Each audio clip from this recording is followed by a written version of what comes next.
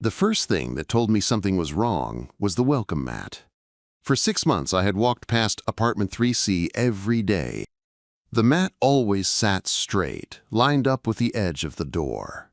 Today it was crooked, half folded over like someone had dragged a suitcase across it and never fixed it. Most people would not notice that. But my whole life is straight lines and level edges. I am a Finnish carpenter. I build cabinets that sit flush against old, uneven walls. I make sure doors close smooth, not tight. If something is off by even a quarter inch, I feel it like a stone in my shoe. I stopped in the hallway, toolbox in my right hand. The old building in Seattle was quiet. Usually, around this time, I could hear music from inside 3. C. Claire Bennett liked old pop songs and podcasts about cooking. Today, there was nothing. Just the buzz of the hall light and the faint sound of rain outside. The air felt wrong, too. Heavy. Waiting. I shifted my grip on the toolbox. It was not my business. I was the guy who lived in 3B, who fixed broken cabinet doors for the landlord when something fell apart. I gave Claire a nod in the hall, carried her grocery bags once, changed a light bulb in her kitchen. We were friendly, not close. Then I heard the crash. It was a hard sound, deep and dull, not glass. Something big hit something solid. Right after came a sharp cry that died off fast, like someone bit it back. My body moved before my brain did. I set the toolbox down on the hallway floor and crossed the space to 3C in 3 long steps. I knocked once, hard. "Claire?" I called. My voice echoed in the narrow hallway. "I'm fine," she answered too fast. Her voice sounded tight and breathless. "Everything is fine, Ethan. Don't come in." That was not the voice of someone who was fine. I put my ear close to the door and listened. There was a soft groan, wood moving, a small scrape. The hairs on my arm stood up. "What fell?" I asked. "A shelf," she said. "Just a shelf. I've got it. Please don't open the door." Her words said one thing. The strain in her voice said something else. I pictured one of those cheap bookcases tipping over and pinning her to the wall. My chest tightened. I tried the handle. Locked. "Claire, open up," I said. "I can't," she gasped. "If I move, this whole thing comes down. There is glass everywhere." I exhaled once, slow and sharp. "Okay," I said. "Then I am opening it." I pulled my key ring from my back pocket. The landlord had given me a master key when I rewired the basement last year. "For emergencies," he had said. This felt like one. I slid the key into the lock and turned it. "Do not move," I called. I pushed the door open. The smell hit me first. Coffee, vanilla candle, and something sharp like fear. The lights were on. For half a second, the place looked normal. A small, bright living room. A blue couch with a knitted throw. Plants in every corner. A white shelf against the far wall.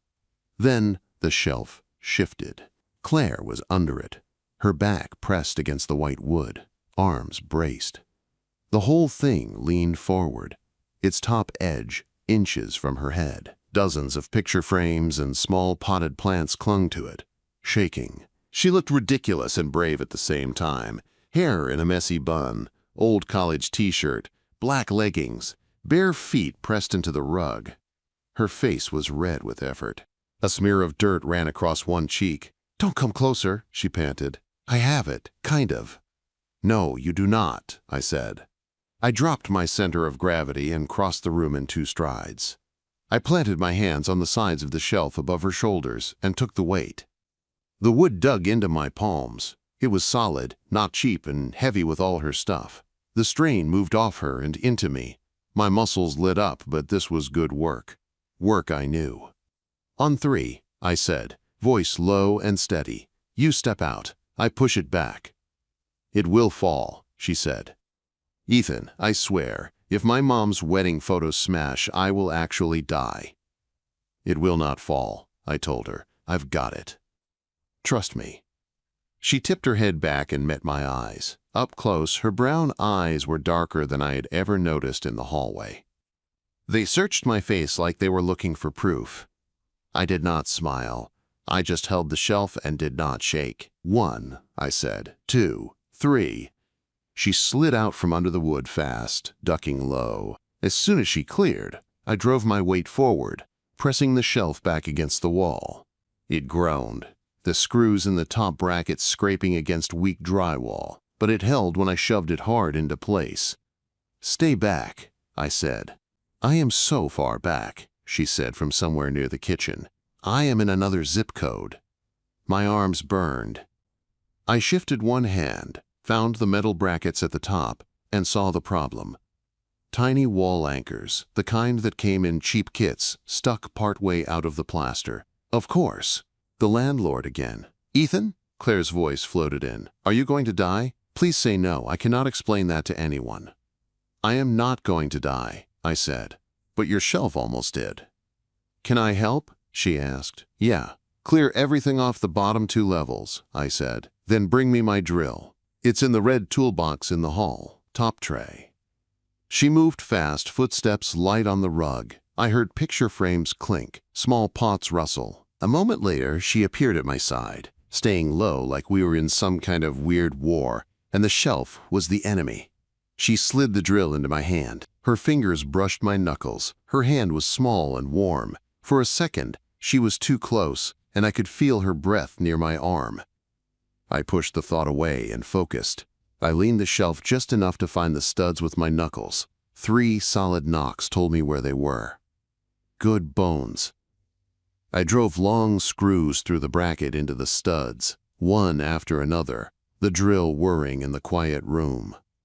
Each one pulled the shelf tight against the wall. When I finished, I stepped back and tested it. Rock solid. "It is not going anywhere now," I said. Claire let out a long breath and slumped against the back of the couch. "I almost died under a bookshelf," she said. "That would have been such an embarrassing ghost story." I looked at her then, really looked. Her hair was coming loose, strands falling around her face. There was a streak of dust along her neck. Her eyes were bright and wet at the edges, not from pain, but from something else. "Are you hurt?" I asked. She shook her head. "Only my pride." I picked up a broken frame from the floor. A photo of her with 2 older people smiled up at me. They looked like the kind of parents who sent long emails and had opinions about everything. "Your mom and dad?" I asked. She winced. "Yeah, about that." I set the photo on the coffee table and turned back to her. "What happened?" I asked. "And do not say just a shelf." She stared at the now stable unit like it had insulted her. Then she laughed once, sharp. "Everything happened," she said. "The shelf falling is just the funny part." I waited. Silence never bothered me. I could stand in a room and let someone talk when they were ready. She paced a small line between the couch and the window, rubbing her thumb against her palm. "They called this morning," she said at last. "My parents. They live in Texas. They said they are coming to visit, like actually getting on a plane, landing here, walking into this apartment visit." Quote, "That sounds normal," I said. "For normal people, yes," she said. "But my parents do surprise inspections on my life. They ask about my job, my bank account, my retirement plan, and then they ask the question."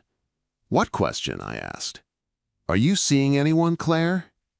She said it in a high, careful voice that I guessed was her mother.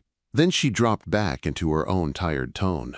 "They think I am broken because I am 35 and single," she said. "My sister is married with a big house in the suburbs. They keep asking when I am going to catch up. So when they called, and they asked, I panicked." I felt something low in my chest tighten. I knew panic lies. I had told a few in my life. "What did you say?" I asked. She stopped pacing, turned. Her eyes met mine. "I told them I am dating someone," she said quietly.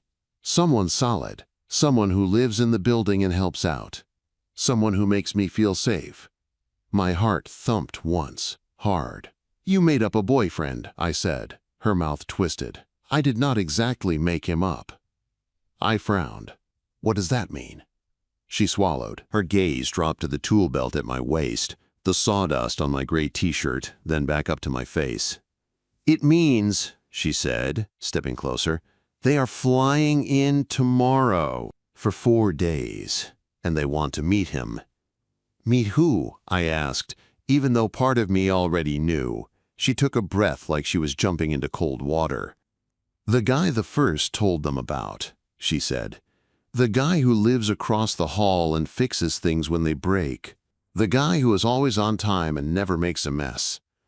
She looked up at me, eyes wide and scared and hopeful all at once. You, she said. For a second I thought I heard her wrong. Me, I said. She nodded. You. I laughed once, a short sound that did not feel like a joke. Claire, that is not a small thing. You cannot just point at your neighbor and say, "Hey, this one is my boyfriend." Her face crumpled. Not all the way, just around the eyes. I know it is crazy, she said. I know, but they already think I am a mess.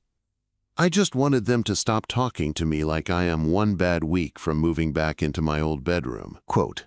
She stepped closer, hands twisting in front of her. When my mom asked, I panicked. I said, yes, I am dating someone. It just came out. She got so happy. Then she asked what he does. I said he works with his hands. She asked where he lives. I said in my building. Then she asked his name, and I looked at your door, and I said Ethan.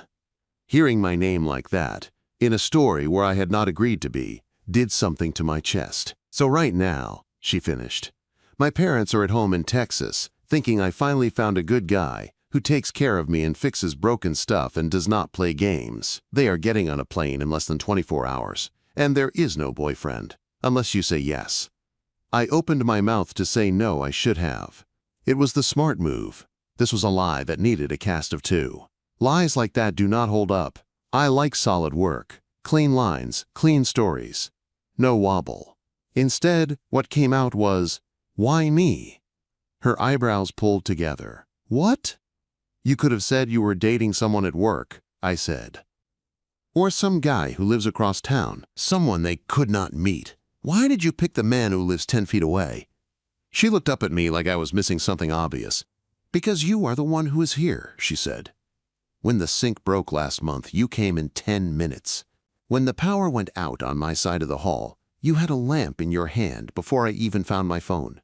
When my car would not start in the snow, you were under the hood in 5. You are steady, Ethan. That is what I told them.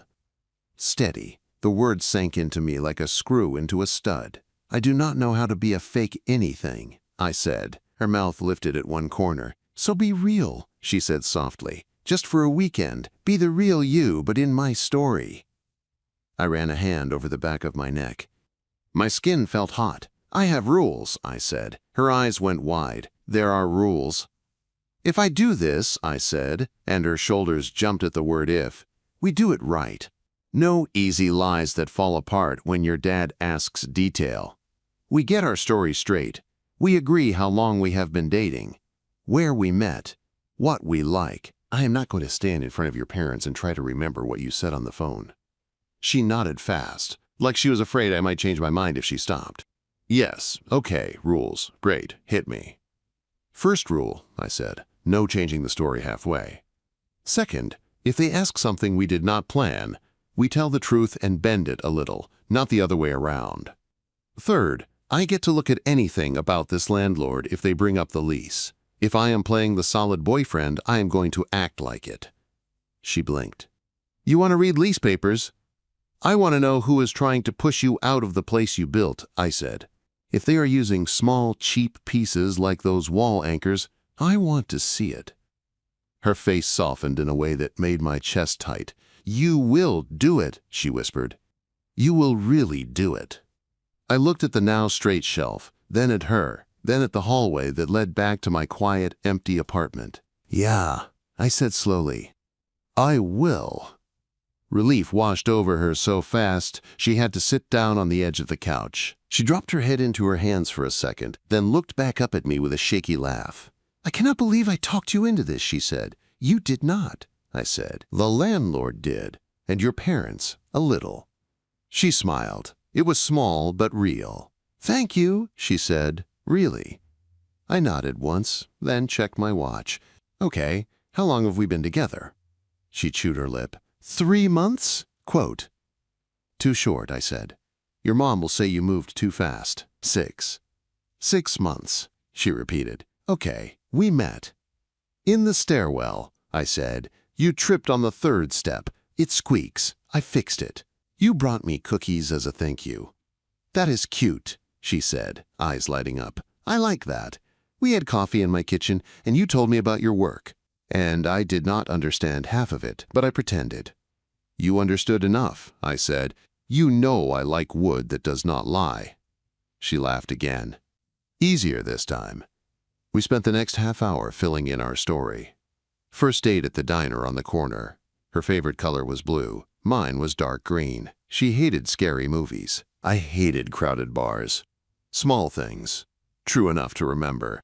When I left her apartment, the shelf was secure, and our fake history was set. The real problem was the way my pulse had not slowed down since she said my name on the phone in front of her parents. The next day, things moved faster than planned. I was in the basement workshop, sanding the edge of a maple shelf, when my phone buzzed. A text from Claire. They are here early. Help. My stomach dropped. I checked the time. 2:15. They were not supposed to land until 4. I looked down at myself. Old jeans, gray t-shirt with a streak of stain across the chest, sawdust on my arms. I thought about changing. Then I thought about what she had told them. A man who works with his hands. Someone real. I wiped my hands on a clean rag and went upstairs. I heard them before I saw them. A woman's voice in the shop on the ground floor. It is cute, she was saying. Very small. Uptown is nicer. Are you sure it is safe here? Mom, Claire said. That same tight tone I heard through the door yesterday. It is fine. The building is old, not unsafe. And that stain on the ceiling, the woman asked? It looks like water damage. It was, Claire said. Ethan checked it. It is fixed. My hand tightened on the stair rail when I heard my name. I stepped through the open door into the shop. Claire stood behind the counter, shoulders stiff, hair pulled into a neat ponytail now. She wore a soft green sweater that made her eyes look brighter. In front of her were 2 people who matched the photo I had seen on the floor. Her mother was small and sharp. Gold earrings, neat hair, beige coat that looked expensive. Her father was tall and broad, with a deep tan and a polo shirt tucked into his jeans. He looked like he played golf and liked winning. All 3 turned when I walked in. Claire's eyes met mine. For a second, all the tight lines in her face loosened. She looked like a drowning person who had finally seen land. Hey, I said, keeping my voice calm. The back roof is holding. No more leaks. It was not true or false. It was just something a guy who watches over a building would say. Mom, Dad, Claire said quickly. This is Ethan, the one I told you about. I set my shoulders and stepped closer, wiping my palm on my jeans before I held out my hand. Ethan Cole, I said. Nice to meet you. Her dad took my hand. His grip was strong, testing. I met it and held it. Tom Bennett, he said. So you are the boyfriend. The word hung between us like a test weight on a beam. I felt Claire tense behind the counter. I kept my gaze steady on him. For the first time, I said it out loud, to someone who had no idea we built it yesterday. Yes, sir, I said. I am the someone. Tom's grip tightened for a second like he was checking if I would pull away. I did not. His mouth twitched. Firm handshake, he said. At least she did not pick a musician. Dad, Claire muttered. Her mother stepped forward. I am Lisa, she said. So you are the famous Ethan. I have heard that name a lot on the phone. That surprised me. I glanced at Claire. Her cheeks turned pink. Nice to finally meet you both, I said. Welcome to Seattle. Quote. Lisa's eyes swept over me, taking in the sawdust on my shirt, the tool belt hanging from my hip. You came straight from work, she observed. That is authentic.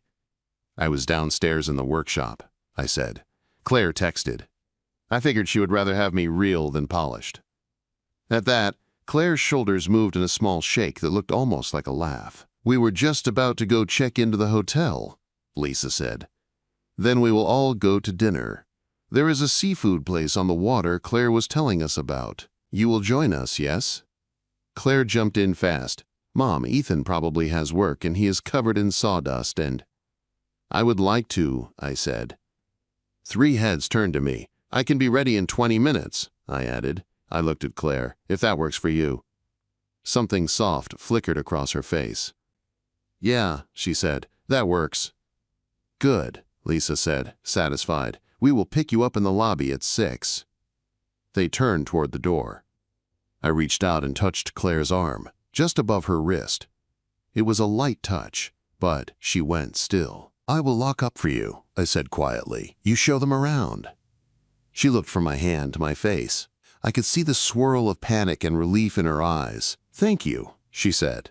Tom watched us walk to the door together. I did not drop her arm until they stepped into the hall. It was a small thing, but I saw Lisa's eyebrow lift at the contact. Score 1 for the story.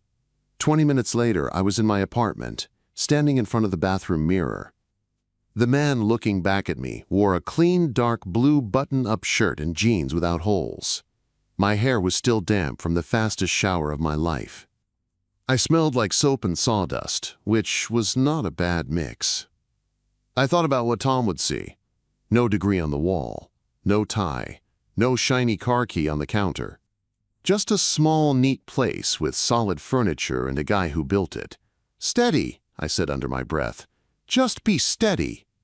At 6 sharp, there was a knock on my door. I opened it to find Claire.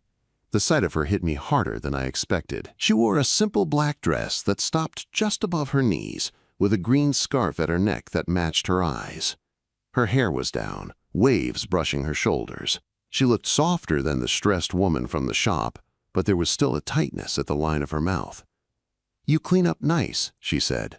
"So do you," I said. My voice came out lower than usual. "You okay?" "No," she said honestly. "But you are here, so that is helping." She reached for my arm as we walked down the hall. The move was casual, like she had done it 100 times. Her hand curled around my bicep. It felt natural in a way that made me a little nervous. We met her parents in the lobby and drove to the restaurant together. The place sat on the edge of the water, all glass walls and soft lighting. A server led us to a table by the window, where the gray bay stretched out under a low sky. As soon as we sat, Tom opened the menu and ordered wine without asking. Lisa fussed with her napkin. Claire sat beside me, close enough that our shoulders brushed. "So, Ethan," Tom said once the menus were down, "what exactly do you do besides fix leaky ceilings in this old building?" "I build custom furniture," I said. "Tables, shelves, built-ins, mostly for private homes, some shops and offices. The building work is part trade for my workshop space." "No college degree?" he asked. "No, sir," I said. "Learned from my grandfather. He was a carpenter. I picked up power tools before I learned how to drive." Tom said. "And that pays the bills?" "It does," I said. "Takes time, but people pay for good work." Lisa leaned forward. "Do you have a 5-year plan?" she asked. "My husband always tells our girls to think 5 years ahead."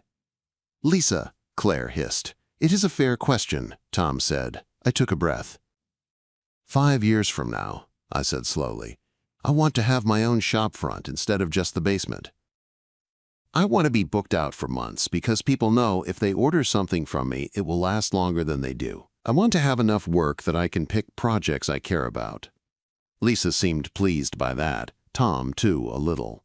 "And what about you and Claire?" Lisa asked, eyes sharp now. "Where do you see that in 5 years?" I felt Claire go rigid beside me. Under the table, her hand searched blindly and landed on my knee.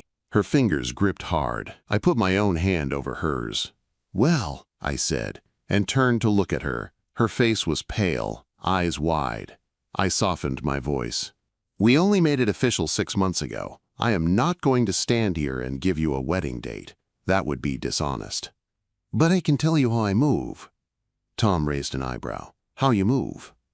"I do not start something I do not plan to finish," I said. "Not jobs and not relationships. If I am here, it is because I see a future. I would not be sitting at this table if I was just passing time." Claire's hand loosened under mine. She let out a breath I do not think she knew she was holding. Lisa studied me. You sound very sure for someone so new, she said. I am sure of myself, I said.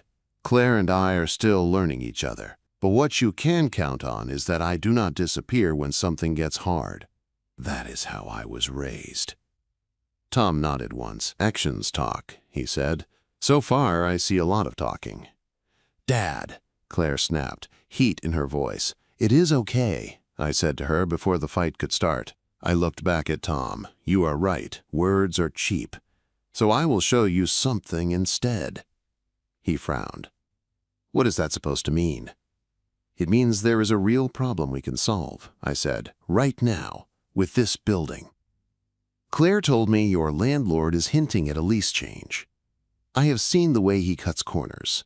If he thinks he can push her out or raise her rent for bad work, he is wrong. I can prove it. If you have questions about whether I take care of her, watch how I handle that. The table went quiet. The server came and went without anyone noticing. Tom sat back. He sent a notice this morning, he said slowly. Said there would be an inspection. Said the wiring might not pass. Sounded like trouble. Then let me handle it, I said. If I cannot, you can tell her to pack up and go home. Fair enough? He studied me for a long moment.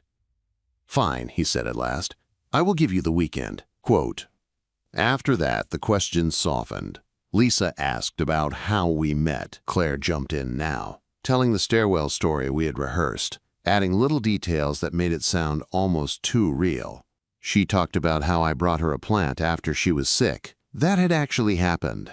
I just had not thought of it as romantic at the time. Under the table, her hand stayed on my knee. At first, I thought it was just part of the act, but she did not move it, even when the conversation drifted away from us. Every few minutes, her thumb brushed small circles against the denim of my jeans. Each one felt like a small truth. By the time dessert came, the tight knot in my stomach had loosened. Tom still watched me like a man measuring a cut, but he was less sharp. Lisa laughed at a story about a client I told. Claire's shoulders finally dropped an inch. When we walked out of the restaurant into the cool night air, the wind coming off the water smelled like salt and rain. Claire slipped her arm through mine again as we crossed the parking lot. Behind us, her parents walked a few steps back. You did great, she whispered. I almost believed we were real. We are real, I said without thinking. The label is the only thing that is fake. She went quiet at that. Tom caught my arm just as we reached the car. A word, he said. Claire looked worried. I gave her a small nod and followed him a few steps away. He folded his arms. I do not hate you, he said, which is a good sign. Thank you, I said. But I am not convinced, he continued. My daughter has a habit of picking causes. Stray dogs, stray people, projects. You look like a man who fixes things. I do not want her trying to fix you. I met his eyes. I am not broken, I said, just not polished the way you might have pictured. Maybe, he said. Either way, let me be very clear. She is 35. She wants a life, not a story. If you are playing along because you feel sorry for her or because you think this is some kind of fun drama, stop now. Let her go. She has a home she can come back to. I thought of Claire pacing her living room, talking about pity in her parents' voices. I know she does, I said, but she also has a life here. She is not a project. She is a person who built something from nothing and is scared to lose it. I am not doing this for fun. I am in it because I want to see her keep what she built. Tom watched me for another long beat, then he nodded once. Tomorrow, he said, when this landlord shows up, I will be there. I will see how you handle it. That will tell me more than any speech at dinner. He turned toward the car. Before he could take a step, my phone buzzed in my pocket. I pulled it out and saw a new message from the landlord, Mark. Change of plans.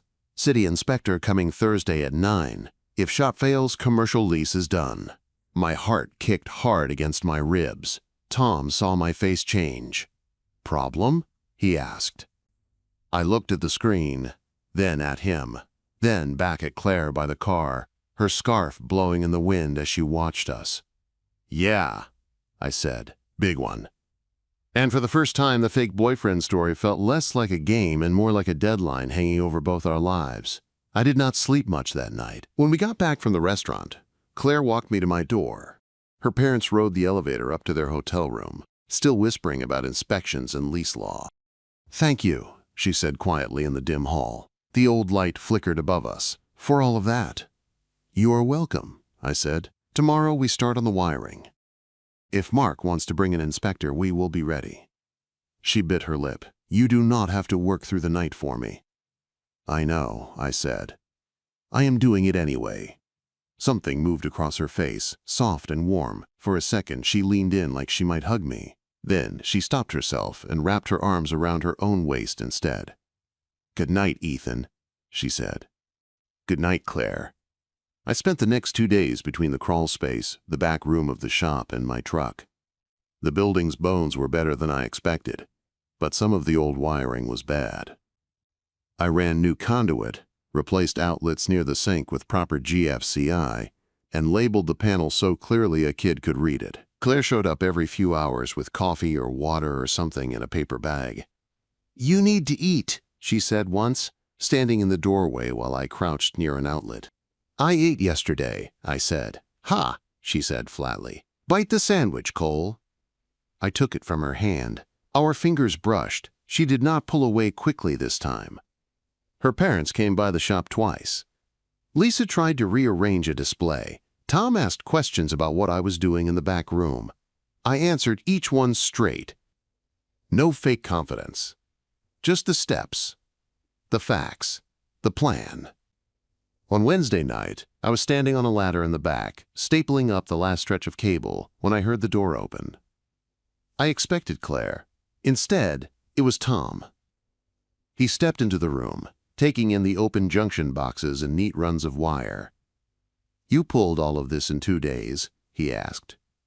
"Some of it was already here," I said. "Just not safe. This is better." He watched me as I climbed down the ladder. "You work hard," he said. "I try to do it right," I answered. He rubbed his jaw. "When I was your age, I thought people without suits on were lazy or unambitious. I have been watching you. I was wrong." I did not know what to say to that, so I just nodded. He cleared his throat. "If this passes tomorrow, she stays," he said. "If it does not, I am asking her to come home. I will not watch my daughter drown in someone else's bad investment." "I understand," I said. "Then you should hope I wired it well." He huffed out a small laugh. "That is what scares me. I think you did." Thursday morning came fast. The shop felt different when I walked in at 8:30. Claire was already there, standing behind the counter, straightening stems that did not need straightening. Her parents sat on the small bench near the door. Lisa gripped her coffee cup like a life preserver. Tom checked his watch twice in 5 minutes. "You okay?" I asked Claire. "No," she said, "but you are here, so I am pretending." Mark arrived at 8:55 in a dark coat that did not fit right, and an expression that said he expected to win. The inspector came right after him, a guy named Morales I had seen on another job once. "Morning," Morales said, flipping open a clipboard. "This, the space with the questionable wiring?" "The space with the new wiring," I said. "Back room, I will walk you through it." We went into the back. I showed him the panel, the new breakers, the gauge of the wire. He checked every outlet, tested the GFCI, checked the lights and the emergency exit sign. He climbed the small ladder and checked the ceiling junction box I had reworked at midnight. The only sounds in the room were his tester beeping and my heart pounding. After 20 minutes, he snapped his tester shut. "This is clean work," he said. "Better than most of what I see in these old places. Pass." The word rang in my head like a hammer on metal. "Pass," he repeated for Mark, writing it on his form. "You can renew the commercial lease. If anything, you should have this guy fix the rest of your building. Half your issues would go away." Mark's face twisted for a second, then smoothed out. "Fine," he said. "I will have the renewal drawn up by tomorrow." "In writing," I said, "with the terms we talked about, no mystery fees." He glared at me. 3% increase, 12-month term, option to renew, that is it. And you replace the roof over the stairs this summer, I added. You know it is bad. If you do not, Morales will be back for that next. Morales raised an eyebrow. He is not wrong, he said. I saw the soft spots on my way up. Mark threw up his hands. Fine. He stormed out of the room. Morales gave me a small nod, then followed.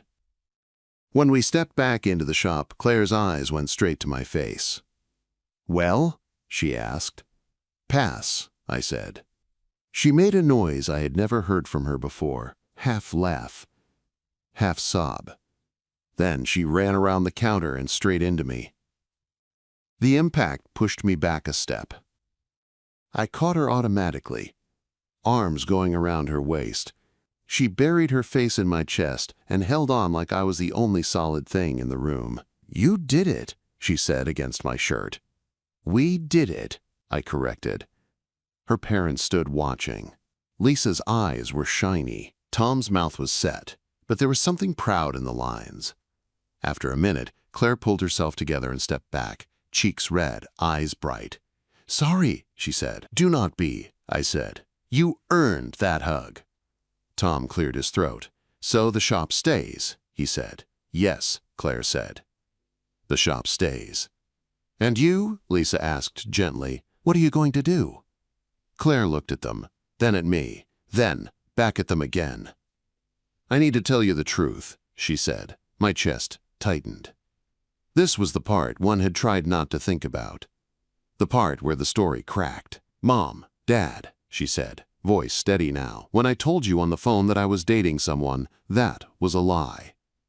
Lisa's hand flew to her mouth. What do you mean? She whispered. I panicked, Claire said. You asked that question the way you always do. Like there is something wrong with me because I am alone. I did not want to hear that again, so I told you what I thought you wanted. I said there was a man. I said he lived in the building and helped with things and made me feel safe. Then I looked at Ethan's door and used his name. Claire, Tom said, voice low with warning. She held up a hand. But here is the thing, she went on. I was not completely lying. He does live here. He does help me.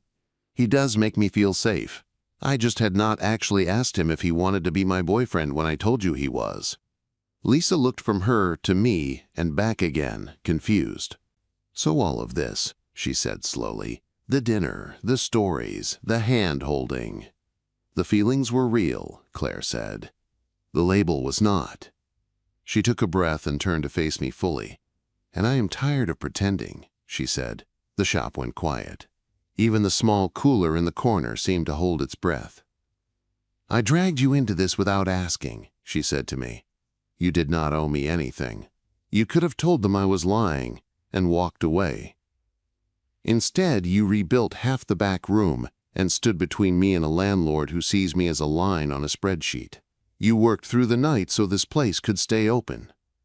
You made my dad listen.